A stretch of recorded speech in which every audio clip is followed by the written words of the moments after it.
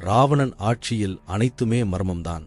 போர்க்களங்களில் மனிதர்களை விட உயரமும் வலிமையும் கொண்ட நீல நிற தோல் உடைய போர் வீரர்கள் ஒரு காலத்தில் இருந்தார்கள் என்று உங்களுக்கு தெரியுமா? பழைய ஓலைச்சுவடிகள், குகை ஓவியங்கள் மற்றும் வெளிநாட்டு பயணிகளின் குறிப்புகள் ஒரே மாதிரியான கதையை தான் சொல்கின்றன.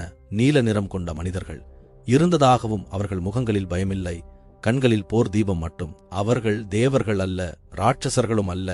மிகுந்த சூரிய ஒளி, தாதுக்கள் நிறைந்த உணவு மற்றும் மூலிகை பயன்பாடுகள் அவர்களின் தோல் நிறத்தை மாற்றியிருக்கலாம் என சில அறிஞர்கள் கூறுகிறார்கள். அதனால்தான் கிருஷ்ணன், ராமன், முருகன் போன்ற தெய்வங்கள் நீல நிறத்தில் வர்ணிக்கப்படுகிறார்களா?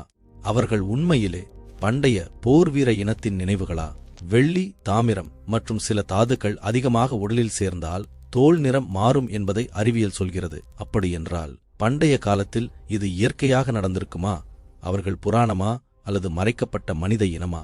ஒரு விஷயம் மட்டும் உண்மை, நீல நிறம் சக்தியின் அடையாளம்.